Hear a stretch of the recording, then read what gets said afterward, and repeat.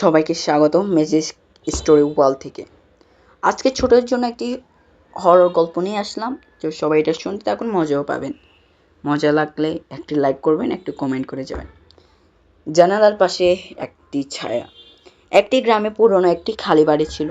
বাড়িটি অনেক দিন ধরে ফাঁকা পড়ে থাকায় ওই বাড়িটাকে সবাই ভয় পেত গ্রামের লোকরা। একদিন এক পরিবার ওই বাড়িতে ভাড়া নিল। পরিবারে ছিল মা, বাবা, তাদের ছোট ছেলে সানি। প্রথমের দিন সব ঠিকঠাকই কেটে গেল, কিন্তু আসল ঘটনা ঘটল রাতে। গভীর রাতে হঠাৎ সানির ঘুম ভেঙে গেল। সে দেখল তার ঘরের বন্ধ জানালা নিজে নিজে ধীরে ধীরে খুলে যাচ্ছে।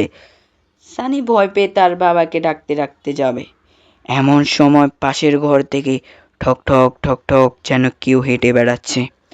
সানির বাবা উঠে এসে সারা বাড়ি খুঁজলেন, কিন্তু কাউকে কোথাও ছিল না। দরজা জানালা সব বন্ধ, অথচ ঘরের ভিতরে অদ্ভুত ঠান্ডা বাতাস বইতেছে। পরের দিন সকালে বাড়িওয়ালা এলে সানির মা তাদেরকে রাতের সব ঘটনা বলল। সব শুনে বাড়িওয়ালা দীর্ঘদান বলল, এই ঘরে আগে একটি ছোট মেয়ে থাকতো। সারাদিন ওই জানালা দিয়ে বাইরে তাকিয়ে থাকতো। একদিন সে হঠাৎ হারিয়ে যায়, আর ফিরে আসেনি। আবার রাত হলো। সানি এবার একটি সাহস নিয়ে নিজের ঘরে একা ঘুমাচ্ছিল।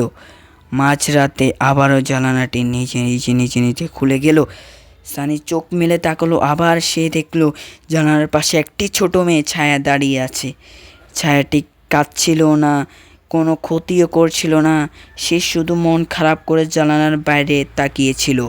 সানি মনে সাহস পেলে নরম সুরে বলল, ছায়াটি ধীরে ধীরে মাথা, তুমি কি একা? ছায়াটি ধীরে ধীরে মাথা নাড়ল। সানি হেসে বলল, ভয় পেও না, এখন থেকে আমি তোমার বন্ধু, আমি আছি তো। সানির মিষ্টি কথা শুনে ছায়াটি যেন শান্তি পেল। সেই রাতের পর থেকে ওই বাড়িতে আর কোনো শব্দ নেই, কোনো ক্ষতি নেই, শুধু মাঝে মাঝে ধীরে ধীরে জানালাটি খুলতে লাগলো। বন্ধুটি শান্তভাবে বাইরে তাকিয়ে প্রকৃতি দেখতো।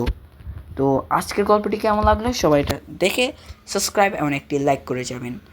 ভয়েসে হালকা সমস্যা হতে পারে, নতুন তো ভয়েসে একটু সমস্যা হতে পারে, তা মানিয়ে নেবেন, আমি জানি।